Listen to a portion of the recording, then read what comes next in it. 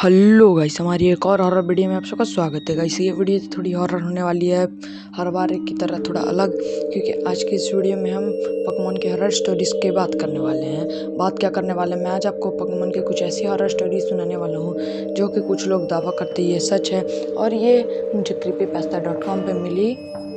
तो ये स्टोरी मैं अपने ऊपर लेकर सुनाने वाला हूँ ताकि आपको थोड़ा ज़्यादा मज़ा आए इस स्टोरी को सुनने में। तो ठीक है, चलिए बिना टाइम वेस्ट करते हुए वीडियो को स्टार्ट करते हैं। तो ये बात उस समय की जब मैं लगभग 8th स्टैंडर्ड में था और मैं लगभग 14 साल का था, और मैं पोकेमॉन का बहुत बड़ा फ़ैन था, क्योंकि टीवी पे पोकेमॉन मुझे पोकेमॉन बहुत अच्छा लगता था, और बाकी एनिमे भी आते थे पर मुझे पोकेमॉन उसमें सबसे ज़्यादा अच्छा लगता था। और मुझे उस समय पोकेमॉन के बारे में ज़्यादा कुछ पता नहीं था, पर मेरे पास एक गेम बॉय पड़ा हुआ था और मैंने आज तक कोई भी पोकेमॉन की गेम नहीं खेली थी। मैं अपने गेम बॉय में अलग गेम खेला करता था। तो मेरे दोस्त ने मुझे पोकेमॉन्स की गेम के बारे में बताया, मेरे कुछ दोस्तों ने मुझे बताया था। तब भी मैंने उनकी बातों पे थोड़ा ध्यान नहीं दिया। मुझे लगा कि ये झूठ बोल रहे हैं, पोकेमॉन की गेम्स कैसे हो सकती है, वो तो एक एनिमे है। लेकिन मुझे उनके गेम्स के बारे में पता नहीं था। उसके बाद में मुझे पता चला कि पोकेमॉन की गेम्स पहले आई उनके एनिमे के, जबकि एनिमे बाद में आया। तो मैं एक बार अपने सुपरमार्केट से यहाँ गुजर रहा था, तो मैंने वहाँ पर देखा कि पोकेमॉन की एक सीडी रखी हुई है। तो मैंने वहाँ से वो सीडी ख़रीदने की चाहिए। मैंने अपने पापा को कहा, तो मेरे पापा उस सीडी के बारे में नहीं माने, पर मैं थोड़ी सी जिद की, तब जाके उन्होंने उस सीडी को ख़रीदने के लिए वो मान गए। तब जाके उन्होंने मुझे वो सीडी दिला दी, और दुकानदार ने मुझे कहा कि ये सीडी उतनी अच्छी नहीं है, अच्छी कंडीशन में नहीं है, आपको अगर तब भी चाहिए तब आप ले सकते हैं। फिर ये थोड़ी ख़राब सीडी है, बहुत पहले से रखी हुई है, जब मैं ये दुकान में काम भी नहीं करता था उस समय से ये सीडी रखी हुई है। मैंने उसके बाद को इग्नोर किया और वो सीडी लेकर चल गया। जब मैंने उस सीडी को अपने गेम बॉय पर स्टार्ट किया, तो भाई मेरा स्क्रीन बिल्कुल ब्लैक थी, स्क्रीन मेरे गेम बॉय की। उसके बाद मुझे दिखाया जाता है कि एक गेंगार और एक निडोकिंग की फाइट हो रही है, और उसके बाद उसमें दिखाया जाता है कि गेंगार उसे मार देता है, डायरेक्ट जान ले लेता है। पर मैंने इसके बाद भी बहुत सारी गेम्स खेली, पर उसमें ऐसा कुछ भी नहीं हुआ। और वो गेम भाई, मुझे इतना ज़्यादा उस गेम में क्रीपी चीज़ उसके बाद दिखी। उसके बाद मुझे दिखा कि एक पिकाचू है जिसका गर्दन पूरा कटा हुआ है, और उसका गर्दन अलग है और उसके बॉडी अलग है। और उसके बाद जैसे ही थोड़े से स्क्रीन आगे बढ़ी, तो मुझे दिखाए जाते हैं प्रोफेसर ओक, जो कि हमें कहते हैं stay safe from the outsiders. अब मुझे ये नहीं समझ में आया कि वो मुझे आउटसाइडर से सेफ रहने को क्यों कह रहे हैं। उसके बाद मैं देखता हूँ कि मैं रेड हूँ वहाँ पर, और मैं वहाँ पर चल फिर सकता हूँ, और मुझसे वहाँ पे कोई भी बात नहीं कर रहा रहता। जबकि अलग पोकेमॉन गेम्स में सब मुझसे हम लोगों से, हम जो ट्रेनर रहता है, मेन ट्रेनर, उससे बात करते, पर मुझसे वहाँ पे कोई बात नहीं कर रहा रहता। तो मैं वो सब छोड़ता हूँ। जैसे ही मैं अपने घर से बाहर निकलता हूँ, मैं देखता हूँ हर जगह पर बिल्कुल लाइट ही नहीं है, थोड़ा सा भी लाइट नहीं है। तो मैं उस बात को इग्नोर करता हूँ। उसके बाद मुझे एक मोटा सा आदमी दिखाई देता है, जो कि कुछ टेक्नोलॉजी के ऊपर कुछ अपना भाषण देता है। उसके बाद वो वहाँ से चले जाता है। उसके बाद हम प्रोफेसर ओक के घर में जाते हैं, तो हमें वहाँ पर स्टार्टर चूज़ करने को मिलते। तो मेरा फेवरेट पोकेमॉन जो था वो था विनासौर, तो मैंने बल्बासौर को लेने का चूज़ किया। पर मैं ये सोचा कि चलो बल्बासौर को छोड़ते, मैं बाद में बल्बासौर को ले सकता हूँ, एक बार मैं चारमेंडर को लेकर देखता हूँ। तो मैंने चारमेंडर को लिया। उसके बाद मैं चारमेंडर को लेकर जैसे ही थोड़ा सा वहाँ से आगे बढ़ा, जैसे ही उस घर से बाहर निकला, मैंने देखा कि बिल्कुल मेरे जैसा एक और कैरेक्टर वहाँ पे खड़ा है, बिल्कुल मेरे जैसा रेड जो दिख रहा है, पर उसने कपड़े अलग पहने हैं मुझसे। तो मैंने सोचा कि ये कैरेक्टर कोई होगा हम लोग जैसा दिखने वाला, हमारा जुड़वा भाई, क्योंकि मैंने कभी भी पोकेमॉन्स की गेम खेली नहीं थी। पर मैंने देखा वो मेरे पीछे पीछे ही दौड़ रहा है।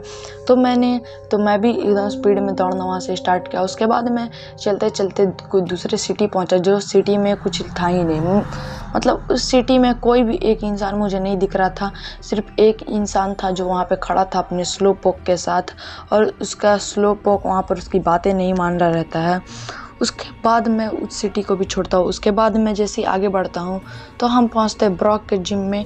तो वहाँ पे दिखाया था कि रॉक जिम है ये। तो मुझे याद आया कि एनिमे में भी रॉक जिम दिखाया गया था, जो कि ब्रॉक जिसका लीडर था। तो हम जैसे ही उस जिम के अंदर घुसते, तो वहाँ पर कोई जिम लीडर रहता ही नहीं है, ना ब्रॉक रहता है, ना कोई रहता है, ना ब्रॉक के फादर रहते हैं, कोई रहता ही नहीं है उस जिम में। तो मुझे लगता है कि भाई क्यों तो मैं उस सिटी को भी छोड़ता हूँ। उसके बाद मेरे पास सिर्फ एक ही पोकेमॉन रहता है, चार्मेंडर। तो मुझे समझ में नहीं आता ये चार्मेंडर कर क्या रहा है, कि मतलब मुझे ना कोई पोकेमॉन दिख रहा है ना क्या कर रहा था, मुझे चार्मेंडर मिला क्यों है, क्या करने के लिए। उसके बाद जैसे ही मैंने ये सोची बात, मैं जैसे ही थोड़ा सा आगे बढ़ता हूँ तो मुझे एक पिकाचू दिखाई देता है जो कि दौड़ता रहता है, जो कि घास में मुझे मिलता है। तो उसमें दिखाता है एक वाइल्ड पिकाचू।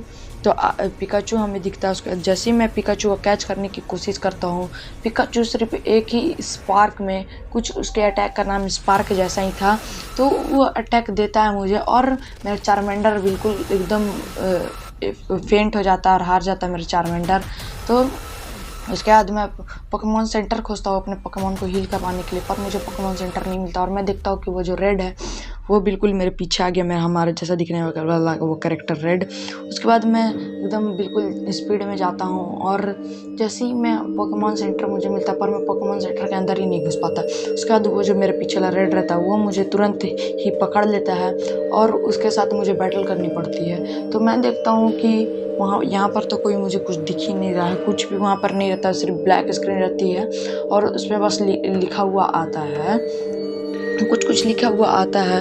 तो उसके बाद मुझे लिखा हुआ उस पर आता है कि you are challenged by Pokemon master Red. उसके बाद वो जो रेड रहता है वो अपना गोश्त चुनता है और मेरे पास कोई पोकेमॉन ही नहीं रहता, मेरा एक फेंट चार्मेंडर रहता है। तो मैं उसी को ही मैं उसको भी नहीं चुनने पाता। पर मैं देखता हूँ कि एक बार में वो मेरा कैरेक्टर पोकेबॉल फेंक रहा है और उसके अंदर से चार्मेंडर निकलता है। उसका जो गोश्त रहता है वो मेरे चार्मेंडर की कुछ अटैक ऐसा करता है कि मेरे चार्मेंडर की वो सूल चुरा लेता है और मेरा चार्मेंडर डेड हो जाता है। उसके बाद वो गोश्त से कुछ ऐसा करता है कि मतलब हम ख़त्म हो जाते हैं, हम मर जाते हैं वहाँ पर और हम पहुँच जाते हैं डायरेक्ट लेवेंडर टाउन। हम जैसे स्किन ब्लैक होते साथ हम लेवेंडर टाउन पहुँच जाते हैं और लेवेंडर टाउन में हमें दिखाया जाता है कि वो के बगल में खड़ा है, वो जो गोश्त रहता है वो उस टावर के बगल में खड़ा रहता है लेवेंडर टाउन में।